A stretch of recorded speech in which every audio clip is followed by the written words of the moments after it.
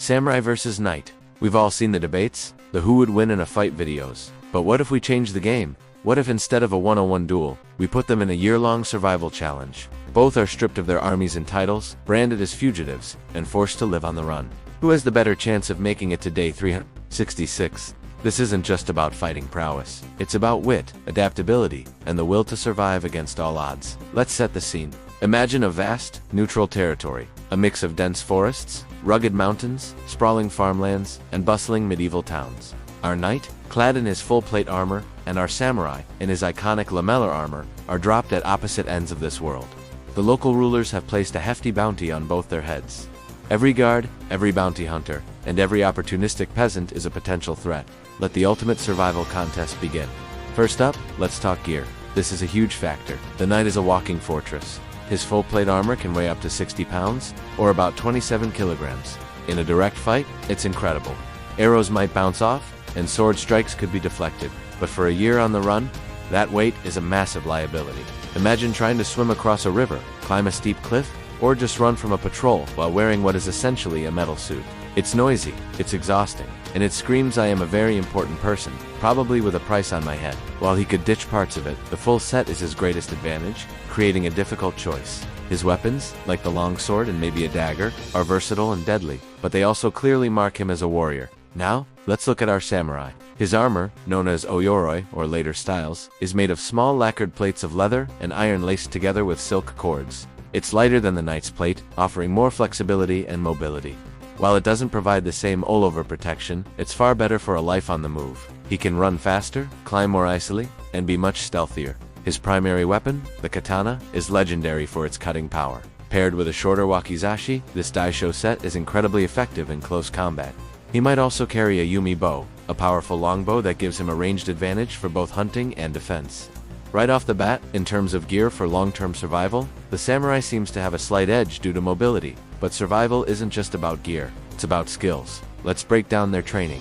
A knight's education was broad. He learned to fight on horseback and on foot, he learned about siege warfare, and he was schooled in chivalry and courtly manners. These courtly skills might seem useless, but think about it. The ability to read, write, and speak eloquently could be a huge advantage. He could forge documents, talk his way out of a tight spot, or even win the trust of powerful people who might offer him shelter. His knowledge of heraldry could help him identify friend from foe at a distance. He's also trained to lead, which means he's a strategic thinker, capable of long-term planning. The samurai, on the other hand, was trained in Bushido, the way of the warrior. This code emphasized discipline, self-control, and a deep connection to nature. This is where things get really interesting. Many samurai practiced Zen Buddhism, which trained them to be incredibly mindful and aware of their surroundings. This heightened perception would be invaluable for detecting ambushes or finding subtle tracks in the wilderness. Their training often included skills we'd now call survival skills: how to move silently, how to find food and water in the wild, and how to use the environment to their advantage. Some samurai even trained in ninjutsu-like techniques for infiltration and espionage. So, while the knight might be better at navigating the social world of towns and castles, the samurai is likely more at home in the untamed wilderness. Let's imagine the first few months. Both warriors would likely head for the wilds to avoid the initial heat. Here, the samurai's skills would shine. His lighter armor and potential archery skills would make hunting for food much easier. His knowledge of nature, a core part of his philosophy, would help him identify edible plants, find clean water sources, and build effective shelters. He'd move like a ghost through the forest, leaving little trace. The knight would have a tougher time. His heavy armor makes him clumsy in the woods. Hunting would be difficult without a ranged weapon, unless he's skilled with trapping, which was part of some knights' training but not all. He'd probably rely on his sheer strength and endurance. He could overpower wild animals for food, but it's risky. The constant maintenance his armor requires would also be a chore. Rust is the enemy, and keeping his plate clean and oiled in a damp forest would be a daily struggle. He's more likely to feel the cold and hunger more acutely in this environment. Now, what happens when they need to enter a town for supplies or information? This is where the tables might turn. The knight, if he sheds his most conspicuous armor and cloaks himself, might be able to blend in better in a European-style medieval town. His social training in chivalry and courtly manners could allow him to pass as a traveling merchant or a down-on-his-luck nobleman. He might find work as a sellsword or a guard, using his combat skills to earn coin while hiding in plain sight.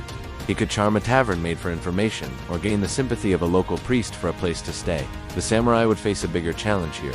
His appearance, language, and customs would immediately mark him as an outsider in this pseudo-European setting. His attempts to blend in might be clumsy. Every person he meets would be suspicious. He couldn't just walk into a tavern and order a drink without turning every head.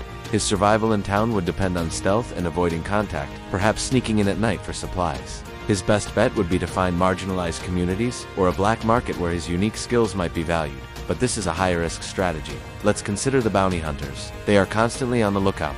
A group of 4 armed men spots our knight in the woods. His armor gives him a massive defensive advantage. He can hold a choke point and take them on, his long sword having a reach advantage. He's trained for these kinds of battles. He might win, but the fight would be loud and messy, attracting more unwanted attention. He's a tank, powerful but slow and obvious. When the same group of bounty hunters tracks the samurai, the encounter could be very different. He'd likely detect them first, using his heightened awareness. Instead of a direct confrontation, he might use guerrilla tactics, setting traps, using the terrain for ambushes, picking them off one by one with his bow, or with swift silent strikes from the shadows. His goal isn't just to win the fight, but to survive the war. This means ending the threat quickly, quietly, and efficiently. It's the classic difference between a soldier and a guerrilla fighter. As the year drags on, the psychological toll would be immense. Loneliness, paranoia, constant fear. The knight's chivalric code is built around honor, loyalty, and service to a lord. Being a fugitive stripped of his purpose could lead to a crisis of identity. However, his faith in the rigid structure of his code might also give him the mental fortitude to endure, seeing his survival as a test of his virtue. The samurai's Bushido code and Zen philosophy could be a powerful tool for mental resilience. The concept of mushin, or no mind, allows a warrior to act and react without hesitation or fear. The acceptance of death as a possibility could free him from the paralysis of fear, allowing him to focus purely on the task of survival.